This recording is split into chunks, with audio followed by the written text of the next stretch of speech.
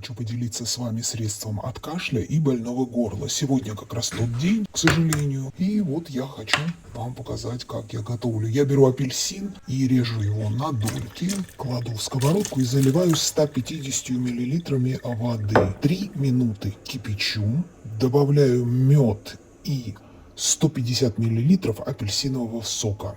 Быстренько, буквально они нагреваются, и я сразу же достаю, заливаю в чашку и пью. Это такой аюрведический рецепт. Я попробовал один раз, мне здорово помогло, и с тех пор я все время им пользуюсь. Тоже рекомендую попробовать. Лучше всяких там терафлю. Если у вас есть вопросы, добавляйтесь в телеграм-канал полезных советов.